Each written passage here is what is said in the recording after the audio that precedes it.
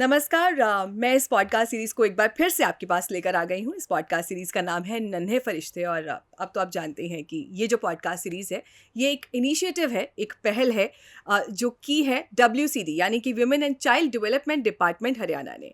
और इस podcast series में हम आपके लिए बहुत सारे डॉक्टर्स, एक्सपर्ट्स, हेल्थ प्रोफेशनल्स को लेकर आए हैं जिन्होंने बात की है बच्चों के बारे में, उनकी विकलांगता के बारे में, उसके बारे में डिटेल्स दी हैं, बताया है कि क्या इश्यूज़ होते हैं और इन इश्यूज़ को कैसे सॉर्ट आउट किया जाता है। पेरेंट्स जो होते हैं वो उसे किस तरह से हैंडल कर सकते हैं, बच्चों के लिए किस तरह की स्कीम्स हैं।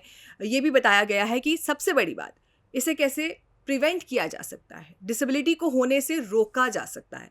तो हमने इसके बारे में बहुत डिटेल कॉन्वर्सेशन की है। लेकिन क्या आप जानते हैं कि बहुत बार ऐसा होता है कि इन विकलांग बच्चों को इनके हक नहीं दिए जाते, इनके साथ ज़्यादती होती है, एक्सप्लॉयटेशन होता है, कभी कभी शोषण होता है। और इस शोषण को रोकने के लिए कानून बनाए गए हैं। और ये कौन से कानून हैं, ये कैसे आप इन कानूनों के ज़रिए अपने साथ होने वाले जो ये गलत चीज़ें हैं, जैसे कि आपके साथ अगर शोषण हो रहा है, आपके बच्चे के साथ हो रहा है, आपको लगता है, तो कैसे आप उन कानूनों का इस्तेमाल कर सकते हैं उसे रोकने के लिए।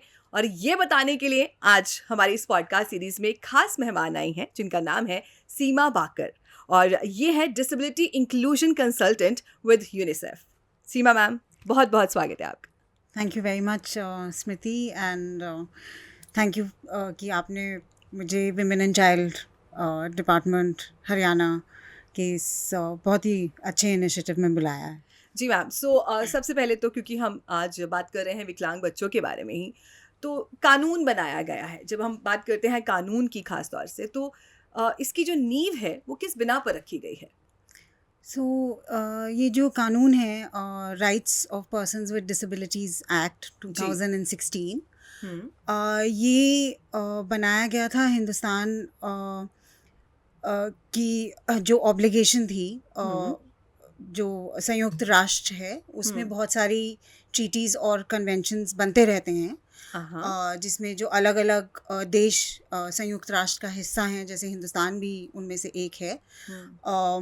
वो चूज़ करते हैं कि हम इस पर्टिकुलर कन्वेंशन को या इस पर्टिकुलर ट्रीटी को साइन करेंगे या नहीं करेंगे। तो हिंदुस्तान एक्चुअली उन पहले मुल्कों में से था जिन्होंने ये कन्वेंशन जो विकलांगता पे बना था, convention on the rights of persons with disabilities, संयुक्त राष्ट्र का, ये साइन किया था और इसको रैटिफाई भी किया था। मतलब जिसका मतलब ये होता है कि उन्होंने वो इस कन्वेंशन को ना सिर्फ मानेंगे मगर उसको अपने देश में डोमेस्टिक लॉ में उतार कर उसको इम्प्लीमेंट करेंगे। तो ये जो rights of persons with disabilities act Hindustan में बना, ये उसको हिंदुस्तान में लागू कराने के ज़रिए से बना। और उसका जो इसकी जो नींव है वो समानता में रखी गई है कि विकलांग लोग समान होते हैं जी। और उन जो विकलांगता में जो विभिन्नताएं होती हैं उनको रिस्पेक्ट करना चाहिए, उनको एक्सेप्ट करना चाहिए और उनकी डिग्निटी को रिस्पेक्ट करना चाहिए और उनको एक ऐसा समाज देना ज़रूरी है जिसमें वो पूरी तरह से उस समाज का हिस्सा बन सकें और उसमें शामिल हो सकें जी। तो ये उसकी नींव है। जब हम बात करते हैं विकलांगता के कानून की, तो उसके दायरे में किस किस तरह की विकलांगता आती है? क्या हर तरह की विकलांगता शामिल है? पहले तो 7 विकलांगताएं थी जो पुराना कानून था उसमें जी। अब उसको 7 से बढ़ाकर उन्होंने इस कानून में 21 विकलांगताएं कर दी हैं। ओके। तो जिसमें फिजिकल डिसेबिलिटीज़ भी हैं, एसिड अटैक के जो विक्टिम्स रहे हैं, जो लोग एसिड के अटैक की वजह से विकलांग हो जाते हैं, उनको ड्वार्फ, इस बार ब्लड डिसऑर्डर्स को भी शामिल किया है। तो जैसे haemophilia, thalassaemia, sickle cell anaemia, multiple disabilities, Parkinson's जो ज़्यादातर थोड़ा ओल्डर एज में होता है, बच्चों में नहीं होता है, पार्किंसंस को इंक्लूड किया है। ऑटिज़म है, लर्निंग डिसेबिलिटीज़ हैं। तो जैसे बहुत सारे लोगों ने तारे ज़मीं पर देखी होगी जी, पिक्चर, जी, जी। उसमें वो बच्चे को डिसलेक्सिया था, जी which is a learning disability. तो लर्निंग डिसेबिलिटी के जितने भी हैं उसमें डिसलेक्सिया होता है, डिसकैल्कुलिया होता है, डिसग्राफिया होता है, तो उन सबको भी शामिल किया है। तो टोटल मिला के 21 21 जो है वो विकलांगताएं शामिल हैं, है। शामिल हैं। काफ़ी बड़ा दायरा हो गया है, जो एक अच्छी बात है। हाँ। तो एक टर्म सुनी है, बेंचमार्क डिसेबिलिटी। ये क्या होती है और क्या इसकी कोई खास महत्ता भी है? जी, तो बेसिकली इस कानून में उन्होंने क्या किया है, दो कैटेगरीज उन्होंने रखी हैं। एक तो जेनेरिक है, पर्सन्स विद डिसेबिलिटीज, जिनके लिए ज़्यादातर जो अधिनियम है वो जो कानून के अलग अलग प्रावधान हैं वो उन पर लागू होते हैं। मगर कुछ प्रावधान जो आरक्षण से रिलेटेड हैं, जो एक तो हायर एजुकेशन में 5% का आरक्षण है, और एक एम्प्लॉयमेंट में। तो कुछ जगह पे बेंचमार्क डिसेबिलिटी का एक उन्होंने अलग कैटेगरी बनाया है। बेंचमार्क डिसेबिलिटी बेसिकली ये मतलब है कि आपकी विकलांगता 40% से ऊपर होनी चाहिए। और उसके लिए एक मेडिकल बोर्ड होता है, वहाँ जाके आपको अपनी विकलांगता का असेसमेंट कराना होता है। अगर आपकी 40% से ज़्यादा असेस होती है मेडिकल बोर्ड द्वारा, तो आपको एक डिसेबिलिटी सर्टिफिकेट मिलता है और एक UDID कार्ड भी अब इशू होता है। उसी के साथ साथ दोनों चीज़ें साथ साथ हो जाती हैं आजकल। ठीक है। और फिर उसके बेसिस पे आपको कई चीज़ें मिलती हैं। तो जैसे बच्चों के लिए ख़ास तौर से हायर एजुकेशन में रिजर्वेशन जो है वो सिर्फ बेंचमार्क डिसेबिलिटी के बच्चों के लिए है। या जो RTE का आपका कानून है, राइट टू एजुकेशन एक्ट, जिसमें कहा गया है कि 14 साल की उम्र तक सब बच्चों को फ्री शिक्षा मिलनी चाहिए, फ्री और कंपल्सरी शिक्षा मिलनी चाहिए। तो बेंचमार्क डिसेबिलिटी के जो स्टूडेंट्स हैं उनके लिए वो उम्र 14 से 18 कर दी गई है। और उनको साथ साथ में फ्री किताबें वगैरह भी दी जाएंगी स्कूलों में। तो वो तो कुछ प्रावधान ऐसे हैं कानून के अंदर जो ख़ास तौर से सिर्फ बेंचमार्क डिसेबिलिटी के लोगों के लिए हैं। बाकी ज़्यादातर जो प्रोविजंस हैं वो सब विकलांग लोगों पे और विकलांग बच्चों पे लागू होंगे। उसमें कोई परसेंटेज का कोई सवाल नहीं है, बस ये है कि जो आपकी कंडीशन है वो लॉन्ग टर्म कंडीशन होनी चाहिए डिसेबिलिटी की। आपकी विकलांगता, जैसे कि बच्चों की बात ही कर रहे थे हम खास तौर से, लेकिन जो ये विकलांगता का कानून है, क्या ये सिर्फ बच्चों तक ही सीमित है? नहीं नहीं, ये सबके लिए है। उसमें बच्चे भी शामिल हैं, और औरतों के लिए भी खास कुछ प्रोविजंस हैं, और लड़कियों, विकलांग लड़कियों के लिए भी एम्फेसिस है। तो उसमें सब शामिल हैं। और उसमें विकलांग बच्चों के साथ साथ क्योंकि औरतें भी शामिल हैं, तो औरतों के माँ बनने पर और उनकी जो माँ की जो उनकी रिस्पॉन्सिबिलिटीज़ हैं, उनके दायित्व हैं, उनको निभाने के लिए भी बात की गई है। तो उसके लिए भी सपोर्ट की बात की गई है फॉर मदर्स विद डिसेबिलिटीज़।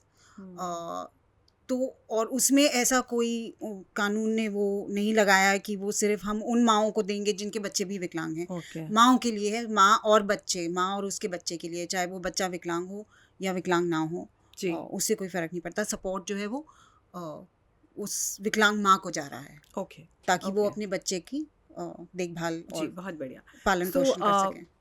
एक और जो एक चीज़ आजकल बड़ी फेमस है और आजकल लोग ध्यान में रख रहे हैं, वो है कि आपको कुछ भी फैसला लेना होता है ना अपने बच्चे से भी रिलेटेड, जो पहले माँ बाप आराम से ले लेते थे, आजकल आपको बच्चों से पूछना पड़ता है। कंसेंट एक शब्द आ गया है, हामी भरना। क्या आपने एक अगले से सवाल किया है, अगले से पूछा है, क्या उसने इस चीज़ के लिए हामी भरी है? वो एक चीज़ है। तो जब हम विकलांग बच्चों की बात करते हैं और इस कानून की बात करते हैं, तो क्या जो इम्पैक्टेड किड्स होते हैं उनसे भी पूछा जाता है, उनकी राय ली जाती है? जी, कानून में ख़ास तौर से इस बात पर जोर दिया गया है, और ये चीज़ उन्होंने सीधे सीधे UNCRPD जो संयुक्त राष्ट्र का जो कन्वेंशन है जो उन्होंने साइन किया है, उससे ली है कि बच्चों की एक अपनी इवॉल्विंग कैपेसिटी होती है, और कोई भी डिसीजन, कोई भी चीज़ ऐसी जो हो रही है जो वो बच्चे को या विकलांग बच्चों को इम्पैक्ट करेगी, उन पर असर करेगी, उसमें उनकी राय लेना, उनका पार्टिसिपेशन लेना ज़रूरी है, उनकी एक एजेंसी है, उनकी एक आवाज़ है, और उस आवाज़ को जगह देना ज़रूरी बात है। ये बहुत ही बढ़िया बात है जो आपने अभी कही है, बहुत बड़ी बात भी है। अ, ये ना एक अनफॉर्चुनेट फैक्ट है कि जी। विकलांग जो बच्चे होते हैं उनके साथ जो शोषण के चांसेस हैं ना वो बहुत ज़्यादा होते हैं। तो उन्हें शोषण से बचाने के लिए क्या कोई प्रावधान है कानून में? जी हैं, कानून में काफ़ी क्लियर प्रावधान हैं, और ये प्रावधान जो लोग औरतों के कानून को जानते हैं, तो जैसे औरतों का जो डोमेस्टिक वायलेंस एक्ट वाला जी। कानून है, उसमें जैसे प्रावधान दिए हुए हैं कि हम्म। एग्जीक्यूटिव मैजिस्ट्रेट के पास पावर होता है, उसी तरह से उसी सिमिलर बेसिस पे उन्होंने इस कानून में भी ये एक प्रोविज़न दिया है कि कोई भी इंसान या ख़ुद विकलांग इंसान अपने आप, या कोई उनके जानकार, या कोई संस्था, अगर उनके जानकारी में आता है कि किसी के साथ शोषण हो रहा है किसी किस्म से, या वायलेंस, हिंसा हो रही है, तो वो उस एरिया के एग्जीक्यूटिव मैजिस्ट्रेट के पास जाकर कंप्लेन कर सकते हैं। और एग्जीक्यूटिव मैजिस्ट्रेट को पावर है कि वो या तो उसी संस्था को या पुलिस को बुलाकर उस बच्चे को या उस विकलांग इंसान को उस शोषण की स्थिति में से रेस्क्यू कराएं, उनको मेंटेनेंस भी दे सकते हैं, ओके। और उनको एक रेजिडेंस, मतलब उनको कहीं और ठहराने का इंतज़ाम भी किया जाता है। कराने का ऑर्डर दे सकते हैं, ओके। जो या तो पुलिस के थ्रू हो, या अगर जैसे किसी संस्था ने अगर ये पिटिशन किया है तो वो संस्था को कह सकते हैं कि आप इस विकलांग इंसान के कहीं और रहने का इंतज़ाम करें। तो वो एक बहुत क्लियर प्रोविज़न है, और ओके। काफ़ी सिमिलर है जैसा दूसरे कानून में भी है औरतों के लिए। मैं बस आपसे ये जानना चाहती हूँ कि कानून तो जो है वो बनाए गए हैं, लेकिन अक्सर ऐसा होता है कि हम बनाते बहुत कुछ है, पेपर पर होता है, एग्जीक्यूशन में प्रॉब्लम आती है, लोगों को जानकारी ही नहीं होती, पता ही नहीं होता। तो ये लोगों तक पहुंचाने के लिए क्या इसके लिए कुछ एफर्ट्स किए जा रहे हैं कि लोगों को इसके बारे में ज़्यादा से ज़्यादा जानकारी हो? और अगर जो हमारे दर्शक हमें इस वक्त देख रहे हैं वो इसके बारे में जानकारी लेना चाहते हैं तो वो कहाँ से लें? देखिए, जानकारी जैसा आपने कहा बहुत कम है। जी। बहुत सारे लोग तो ऐसे हैं जिन्हें यही नहीं मालूम कि इस देश में विकलांगता पर कोई कानून है। कानून की ही जानकारी नहीं है तो बाकी चीज़ों की तो आप भूल जाइए। तो अभी जानकारी पर बहुत काम करने की ज़रूरत है, और जैसे आप लोग ये एक एफर्ट कर रहे हैं, ये भी एक जानकारी की तरफ एक कदम है जी। तो इस तरह के और एफर्ट्स की ज़रूरत है। पुलिस वालों को भी बहुत कम पता है इन कानूनों के बारे में।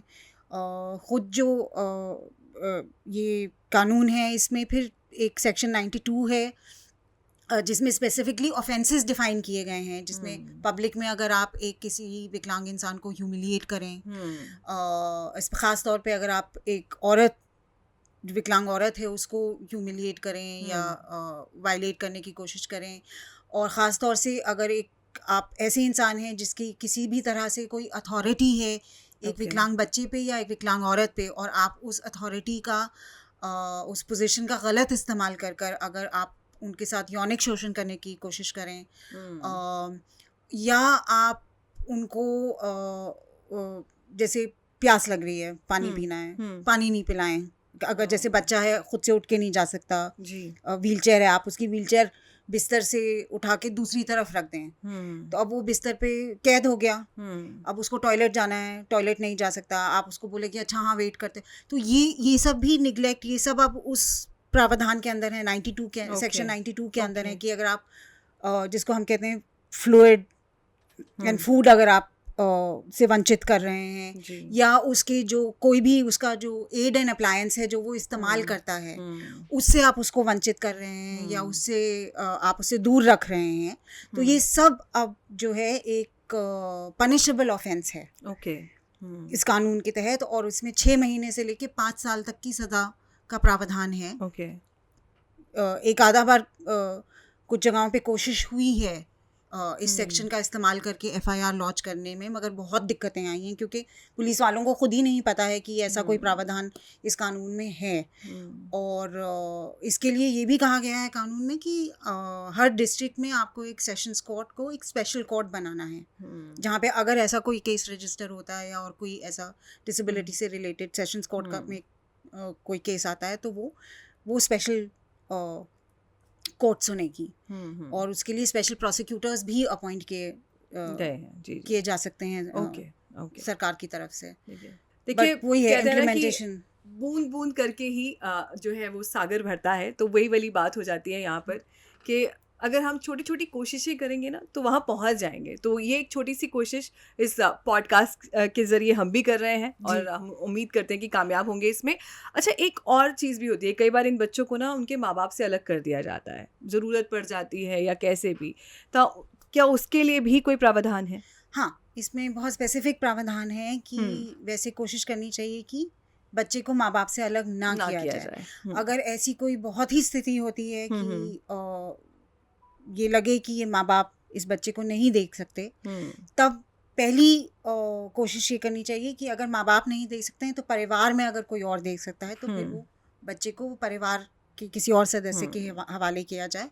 अगर परिवार में भी कोई नहीं है तो कम्युनिटी में जो उसका अपना उसकी अपनी कम्युनिटी है उसके अंदर अगर ऐसा कोई परिवार है या कोई जानकार है परिवार का जो देख सकता है या कोई जी और बहुत ही सबसे लास्ट बिल्कुल आखिर में अगर कोई और जगह नहीं है तभी उसको किसी चिल्ड्रंस होम या मतलब ऐसे सरकारी रन होम में, मगर कोशिश पूरी तरह से कानून ने कहा है साफ साफ कि उन्हें माँ बाप के साथ ही रखा जाए, माँ बाप के साथ ही रखा जाए या अगर माँ बाप नहीं तो फिर रिश्तेदार या कोई जानकार। जी, माँ बाप से ज़्यादा बच्चों के बारे में कोई नहीं सोच सकता।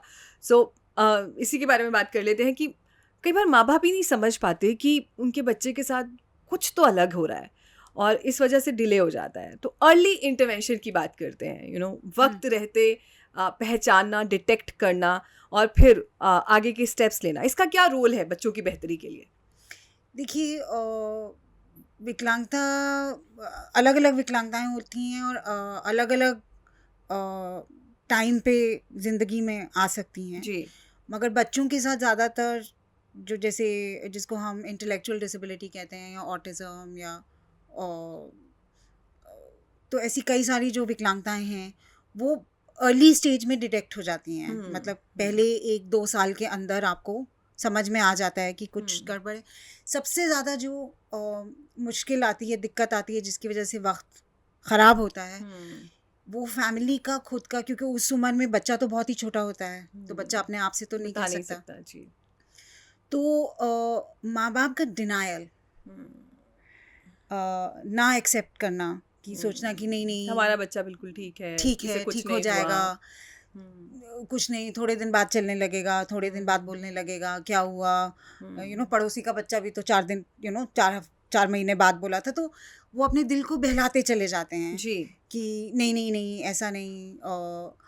तो उसमें एक तो बहुत डिले होता है और ये बहुत ही प्रूवन सी बात है कि अगर एक बहुत जिसको हम बोलते हैं क्रूशल पीरियड होता है कई विकलांगताओं में जो यूजुअली पहले 5 साल या 6 साल तक का होता है। जी। अगर उसमें अर्ली इंटरवेंशन नहीं होता है, अगर उस टाइम पे विकलांगता नहीं पहचानी जाती है और उसके लिए जो भी, चाहे वो मेडिकल इंटरवेंशन हो चाहे वो थेरेपी हो, अगर नहीं हो पाती है तो उसका बहुत ही लंबा और नेगेटिव असर हो सकता है बच्चे की आने वाली ज़िंदगी पे।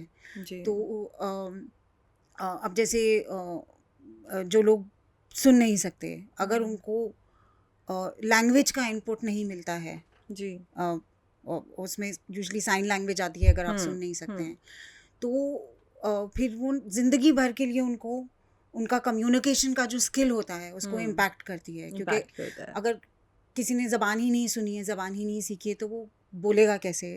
अगर वो बाद में जाके साइन लैंग्वेज सीख भी लेगा तो वो अपने आप को अपनी बात रखेगा कैसे? सरकार भी कोशिश कर रही है अपने अलग अलग, जैसे उनकी RBSK की स्कीम है और जिसके अंदर वो डिस्ट्रिक्ट लेवल के अर्ली इंटरवेंशन सेंटर्स भी खोल रहे हैं कई जगह। बट उसमें 4 Ds की बात की गई है जिसमें से डिसेबिलिटी भी एक D है, डेफिशिएंसी है, डिसेबिलिटी है। तो और ICDS सेंटर्स में भी कई जगह पे कोशिश की जा रही है कि आशाज और ANMs वगैरह को भी थोड़ा विकलांगता के बारे में सिखाया जाए, समझाया जाए।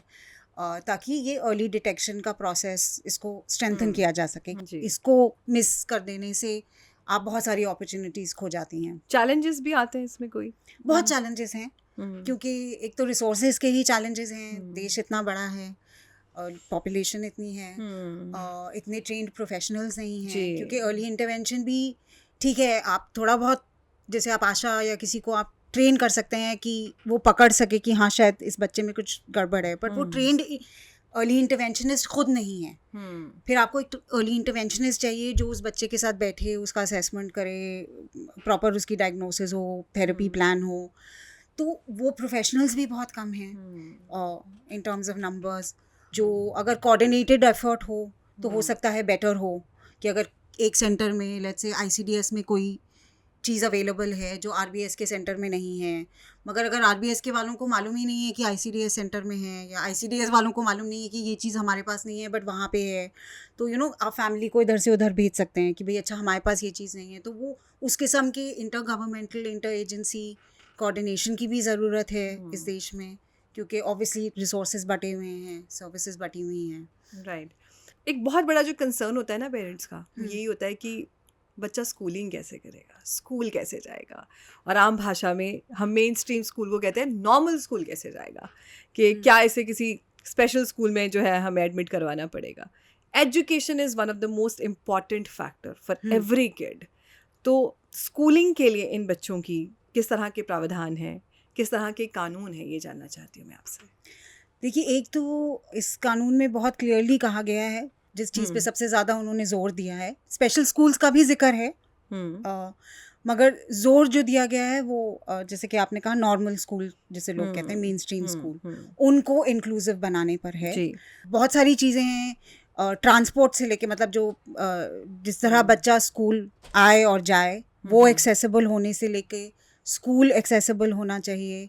स्कूल में सारे मतलब प्रावधान ऐसे होने चाहिए कि बच्चा उसको एक्सेस कर सके, वहाँ जा सके, और सिर्फ क्लासरूम में नहीं, शिक्षा की क्लास में नहीं, मगर हर जगह। मतलब अगर खेल का मैदान है तो खेल का मैदान भी बच्चे को एक्सेस करना चाहिए। अगर रिक्रिएशनल का जगह है तो रिक्रिएशनल की जगह को भी एक्सेसिबल जगह होना चाहिए। मिड डे मील की जगह को भी एक्सेसिबल होना चाहिए। और फिर उसके लिए जो पढ़ाई के लिए जो अगर कुछ जो आपका करिकुलम है उसमें अगर आपको कुछ बदलाव करने की ज़रूरत है उसके हिसाब से, तो उस सब के लिए उन्होंने प्रावधान रखा है। बेंचमार्क डिसेबिलिटी के जो बच्चे हैं उनके लिए स्कॉलरशिप, उनको फ्री में materials, reading material, braille, sign language interpreters की बात हुई है। बट वो ये कि रिसोर्सेज की कमी है। बहुत जगह बच्चों को बोला जाता है कि बिना माँ बाप के मत आना, नहीं तो तुमको यहाँ स्कूल में कौन देखेगा, तो किसी एक को साथ में लेकर आना। तो वो चैलेंजेस भी हैं। तो बहुत लोग प्रेफर करते हैं कि हम बच्चे को स्पेशल स्कूल भेजें, क्योंकि स्पेशल स्कूल में थोड़ी केयर ज़्यादा होती है, एक्सेसिबिलिटी के लिए, और मतलब और वो लोग ट्रेंड होते हैं उस तरह से बच्चे के साथ डील करने के लिए, जो जितना सिस्टम अभी इंक्लूसिव स्कूल्स का डेवलप नहीं हुआ है। तो कोशिशें तो हो रही हैं, तो बहुत सारी दिक्कतें भी हैं। रिसोर्सेज की दिक्कत है, कितना टाइम आप स्पेंड कर रहे हैं। कई बार बच्चा क्लास में रहता है मगर उसको बिल्कुल आखिर में बिठा देते हैं, उसकी पढ़ाई कुछ नहीं होती है। तो ऐसे चैलेंजेस हैं, मगर इंटेंशन है। अब सरकार ने अभी रिसेंटली भी एक बहुत लंबी और डिटेल्ड गाइडलाइन बनाई है कि स्कूल्स को कैसे इंक्लूसिव बनाना है। मगर जो रिसोर्सेज और ह्यूमन रिसोर्स के जो चैलेंजेस हैं उसको देखते हुए भी आई थिंक ज़रूरत है उसको रीअसेस करने की, कि हम कैसे बेस्ट जो हमारे पास है उसके साथ हम कैसे इम्प्रूव कर सकते हैं। और फिर हायर एजुकेशन भी है। हायर एजुकेशन में 5% रिजर्वेशन है, जैसे मैंने कहा। सब विकलांग बेंचमार्क जितनी विकलांगताएं हैं उन सब के लिए 5% रिजर्वेशन है बेंचमार्क डिसेबिलिटी में। स्कूल्स की बात हम कर रहे थे, एजुकेशन की बात कर रहे थे, आपने काफ़ी सारी चीज़ें बताई, लेकिन ऐसे भी बहुत सारे स्कूल्स हैं जो बच्चों को एक्सेप्ट ही नहीं करते स्कूल में, इवन दो हमें पता है कि वो मेन स्ट्रीम स्कूल्स में जा सकते हैं इवन देन। लेकिन जब स्कूल ऐसे बच्चों को लेने से मना करता है तो क्या लीगली उनके खिलाफ एक्शन लिया जा सकता है? बिल्कुल लिया जा सकता है। Okay. आप स्टेट या चीफ कमिश्नर से लेके आप कोर्ट्स तक जा सकते हैं, जी। दोनों आरटीई के अंदर भी और डिसेबिलिटी के कानून के अंदर भी। ओके। और बहुत केसेस हुए हैं स्कूल्स के साथ जहाँ पे पॉजिटिव ऑर्डर्स आए हैं और स्कूलों को कहा गया है, स्ट्रिक्टली कहा गया है कि आपको लेना है। ओके। ओके। और एक तो जम्मू में एक केस हुआ था, विकलांग बच्चा था, स्कूल में पढ़ रहा था, प्राइवेट स्कूल में ही पढ़ रहा था जी। और फिर उसका एक्सीडेंट हुआ स्कूल की बस से ही, और उसमें फिर उसको और विकलांगता हो गई। ओके। उसकी विकलांगता बढ़ गई, उसको एक और विकलांगता हो गई। और बहुत क्लियर डायरेक्शन आया था कि आपको उस बच्चे को स्कूल में रखना है, आप इसको निकाल नहीं सकते जी। और आप उसको फ्री एजुकेशन प्रोवाइड कराओगे ओह, वाह। 18 तक बहुत पूरी। बढ़िया। तो ऐसे कई ऑर्डर्स हैं कई Okay. स्टेट्स में। That's good to know. हम अभी बात कर रहे थे तो दो शब्द जो मेरे साथ स्टक रह गए वो थे, एक्सेसिबिलिटी की बात की आपने और एक इंक्लूजन की बात करी कि बच्चों को जो है वो किस तरह से मेन स्ट्रीम में उन्हें बराबर फील करवाना है, उन्हें इंक्लूड करना है बाकी लोगों के साथ, बिल्कुल वैसे ही हेल्प करना है कि वो उसी तरह से रहे जैसे बाकी सब लोग रहते हैं। उसमें एक्सेसिबिलिटी का क्या रोल होता है, एक तो ये मैं आपसे जानना चाहती हूँ, और क्या एफर्ट्स किए जा रहे हैं उनके इंक्लूजन के लिए? देखिए, एक्सेसिबिलिटी का तो बहुत ही इंपॉर्टेंट रोल होता है, क्योंकि जी। एक्सेसिबिलिटी और स्पेशली जो अब हमारा नया कानून है, जो पिछला कानून था 1995 का, उसमें सिर्फ एक्सेसिबिलिटी को सीमित रखा गया था फिजिकल इंफ्रास्ट्रक्चर तक, ताकि जैसे बिल्डिंग एक्सेसिबल हो, हाँ, कि जैसे मतलब अगर सीढ़ियाँ हैं तो आप एक रैंप रैंप बना हो, दीजिए, हाँ, कोई उस नहीं किस्म कर की सकता चीज़ें। है। हाँ। मगर अब ये जो नया कानून है, हाँ। इसमें एक्सेसिबिलिटी को इन्होंने UNCRPD के बेसिस पे पूरा ब्रॉड इसका वो रखा है कि आपकी जितना भी आपका इंफॉर्मेशन है वो सब भी एक्सेसिबल होना चाहिए। आपकी साइन लैंग्वेज इंटरप्रेटर्स होनी चाहिए, टीवी पे आपके कैप्शनिंग होनी चाहिए। सिर्फ फिजिकल इंफ्रास्ट्रक्चर ही एक्सेसिबिलिटी नहीं है, हर किस्म की इंफॉर्मेशन को उन्होंने एक्सेसिबिलिटी के अंदर लाया है। जो आपकी नेशनल लीगल सर्विसेज अथॉरिटीज़ हैं और कोर्ट्स हैं, उनसे ख़ास तौर से कहा गया है कि जो आपका फाइलिंग का सिस्टम है, आपका एविडेंस का सिस्टम है, जो आपके अगर कोई केस विकलांग इंसान फाइल करता है तो उसको हर चीज़ एक्सेसिबल फॉर्मेट में मिलनी चाहिए। जहाँ तक शोषण की बात है और मतलब डिस्क्रिमिनेशन की बात है, तो ये कानून है और इस कानून में आप कोर्ट्स जा सकते हैं, आप स्टेट कमिश्नर के पास जा सकते हैं, आपके पास वो सेक्शन 92 के अंदर आप सीधे स्पेशल कोर्ट, सेशंस कोर्ट जा सकते हैं। तो लोगों को कानून का इस्तेमाल करना चाहिए और बहुत ज़रूरी है, उससे भी जागरूकता बढ़ती है, डिमांड बढ़ती है कि ये चीज़ होनी चाहिए आपकी एक्सेसिबिलिटी के लिए। तो वो दोनों चीज़ें साथ चलती हैं। जी जी। सो नेशनल ट्रस्ट की बात करें तो वो कैसे कवर करता है इन्हें? नेशनल ट्रस्ट स्पेसिफिकली 4 विकलांगताओं के लिए बनाया गया था, जिसमें autism, cerebral palsy, mental retardation, जिसको हम ब्रॉडली अब इंटेलेक्चुअल डिसेबिलिटी में गिनते हैं, जी, और मल्टीपल डिसेबिलिटीज़। और उनके लिए तो उसमें बहुत सारे उनके स्कीम्स हैं जो चलते हैं, और उसमें वो बच्चों को भी देखते हैं और एडल्ट्स, मतलब जो बच्चे फिर बड़े हो जाते हैं उनके लिए, और उनका मेन एम्फेसिस एडल्ट्स पे है। हेल्थ का, उनका इंश्योरेंस का, हेल्थ का स्कीम है, गार्डियनशिप का स्कीम है,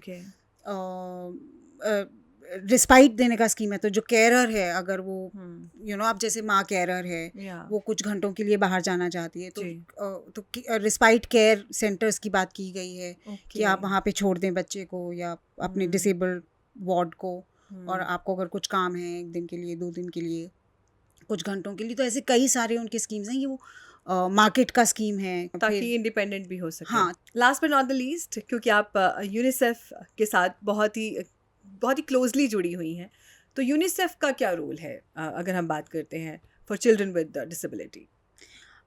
देखिए, जो संयुक्त राष्ट्र है, उसके मैंडेट पर विकलांग लोग हैं, और ऑब्वियसली विकलांग लोगों में फिर विकलांग बच्चे, विकलांग औरतें सब हैं। तो यूनिसेफ क्योंकि बच्चों का काम देखता है, तो वो विकलांग बच्चों पे भी फोकस करता है। अब जो भी काम करते हैं उनका मैंडेट है कि उसी में अलग अलग, क्योंकि एक चीज़ जो हमको याद रखनी चाहिए विकलांगता में, जैसे कि जेंडर में भी है, कि वो क्रॉस सेक्शनल होती है, जिसको हम बोलते हैं अंग्रेज़ी में क्रॉस सेक्शनल, मतलब वो हर जगह हर तबके में मौजूद होती है। तो आपको अमीर लोगों में भी विकलांग मिलेंगे, आपको गरीबों में भी मिलेंगे, आपको हर रिलीजन के लोगों में मिलेंगे, हर मतलब जो लोग पहाड़ों में रहते हैं वहाँ पे भी विकलांग मिलेंगे, जो समुंदर के पास रहते हैं वहाँ पे भी मिलेंगे, जो डेजर्ट में रहते हैं। तो हर जगह आपको, हर सोसाइटी के समाज के हर हिस्से, हर तबके में आपको विकलांग मिलेंगे। उसी तरह आपको विकलांग बच्चे भी हर उसमें मिलेंगे। तो संयुक्त राष्ट्र का जो मेन रोल है, क्योंकि उसकी ट्रीटी हिंदुस्तान ने विकलांगता पर साइन की है और रेटिफाई की है, तो उसको बताना पड़ता है कि उसको जो उसके अंदर उसकी ऑब्लिगेशंस हैं उसको पूरा करने के लिए हिंदुस्तान की सरकार क्या कर रही है जी।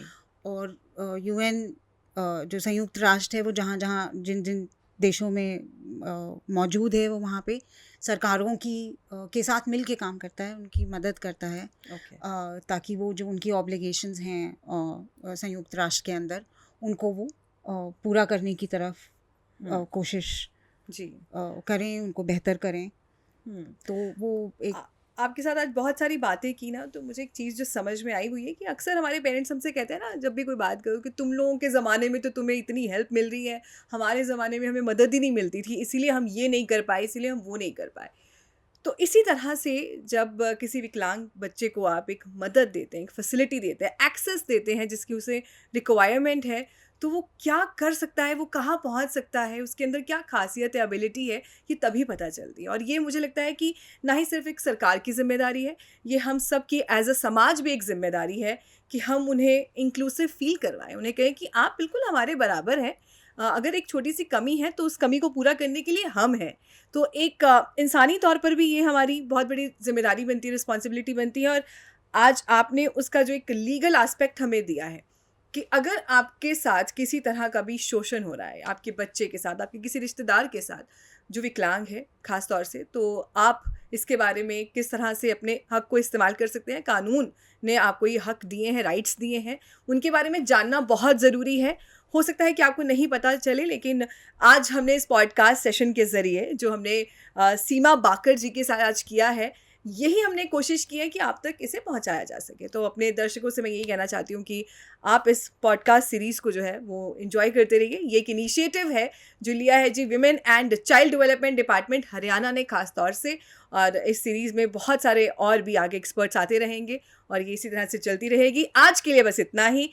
नमस्कार।